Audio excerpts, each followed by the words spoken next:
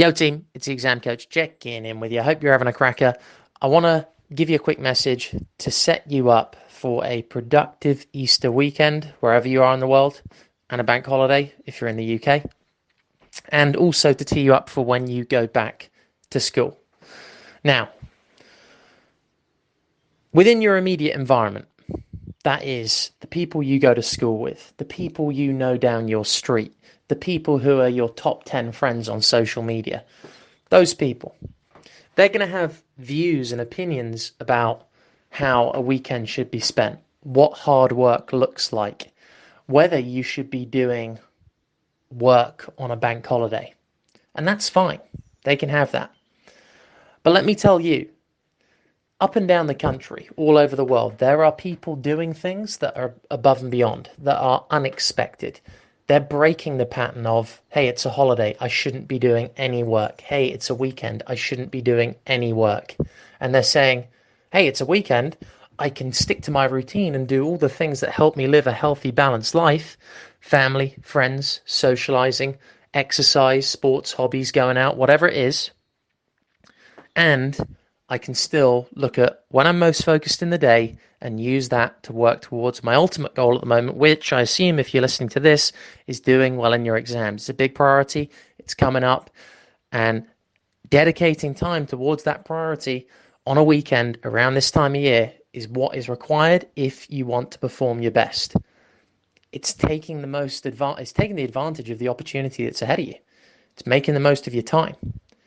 And it's knowing that in order to really achieve the top results or achieve the best you can do, it's about thinking differently. It's about not accepting the status quo and the group talk, group think of you shouldn't do this then, you shouldn't do that then. You decide.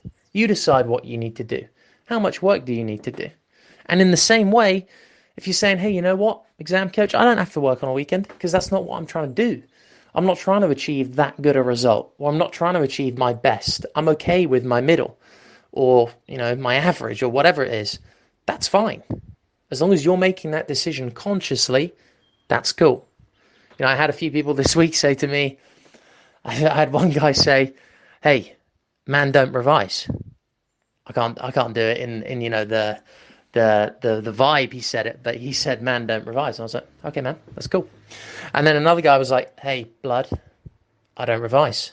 And I was like, okay, that's fine. My point is, you can do that. You don't have to revise for these things. But what you do have to do is you have to accept the consequences of those actions.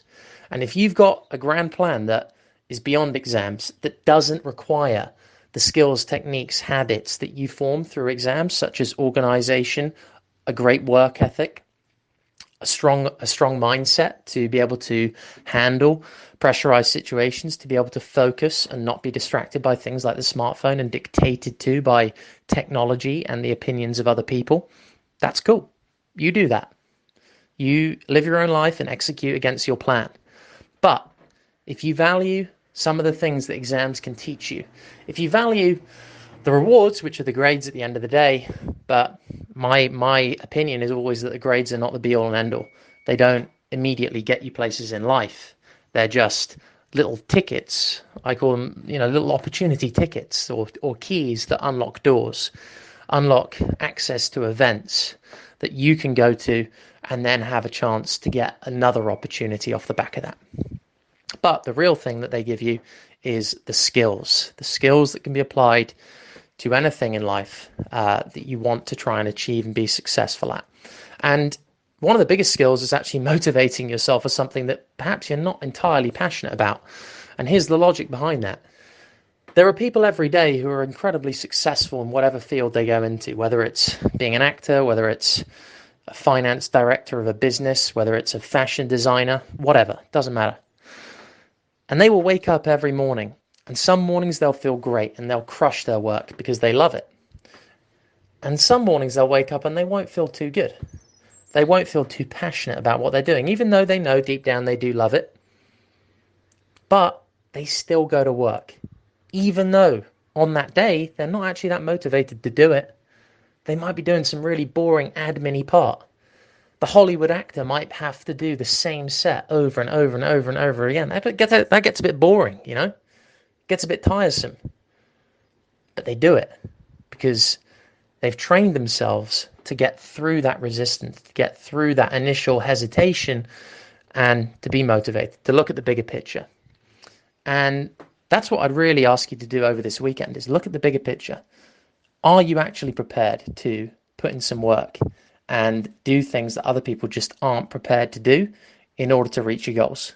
Because that's what's required if you really want to hit those top grades. The next thing is a little challenge for you.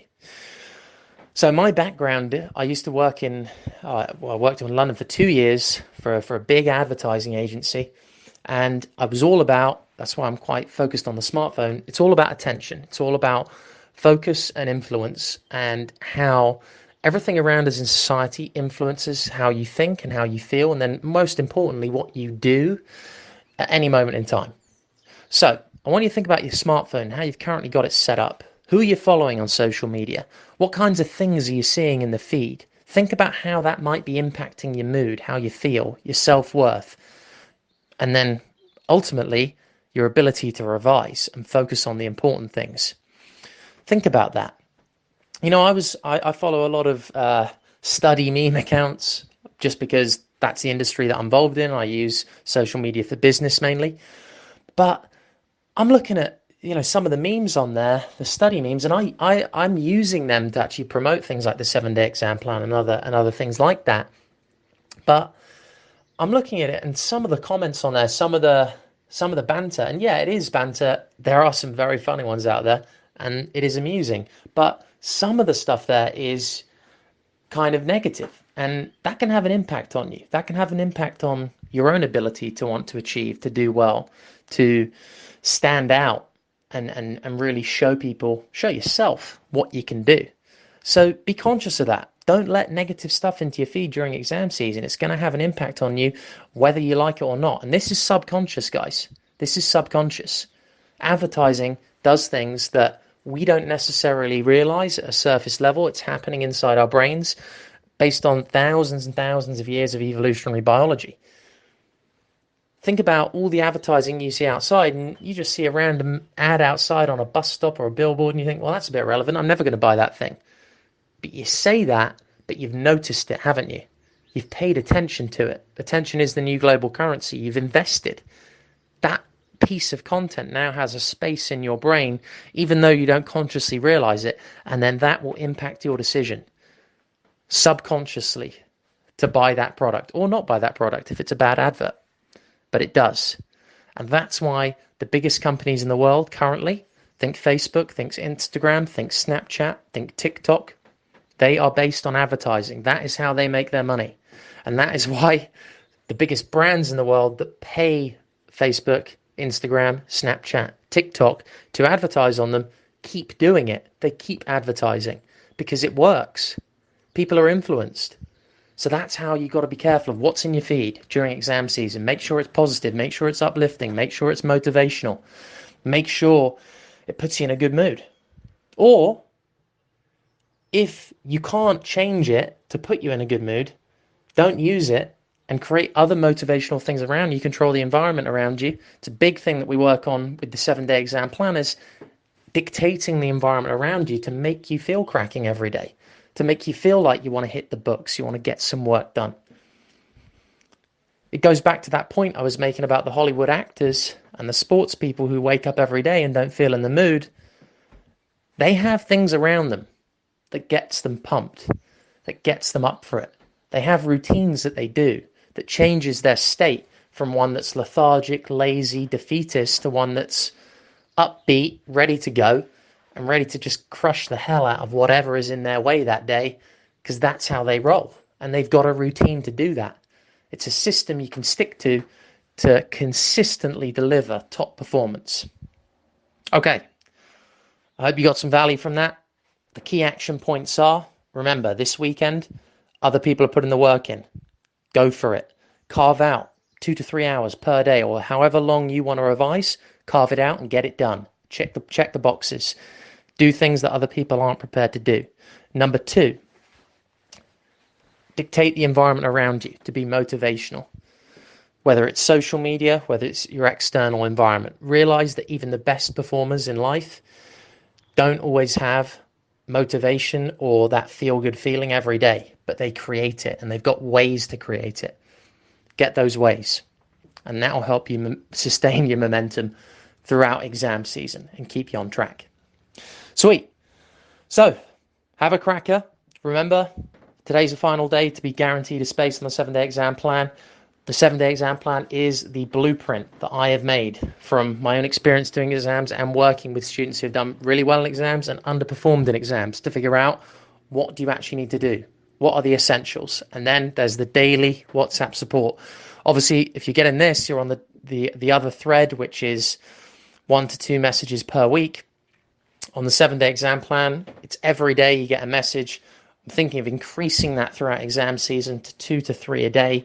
And that is the whole idea that if you are getting positive content, if you are getting tips, advice, encouragement, motivation, smartphone tips to control your attention more, exam routine tips to make sure you can control that pressurized situation and give yourself the time and the space to be able to think clearly, be a teacup, think clearly under pressure, and deliver the information you've worked hard to understand and memorize, and then treat it like a marathon, do it over and over and over and over again until that last exam, and then boom, summertime, let's go. That's the whole idea behind it. And WhatsApp, who doesn't open their WhatsApp? Everybody's checking their WhatsApp. It's the most downloaded app in the App Store. Check it now. It's the most downloaded app. It's the most opened app. People are using that all the time. So if you want that stream of positivity, of good ideas, of tips, of tricks, of just little things every single day that you can do to stay on track, correcting course towards your goals, get on it. I'm checking out. Have a belter.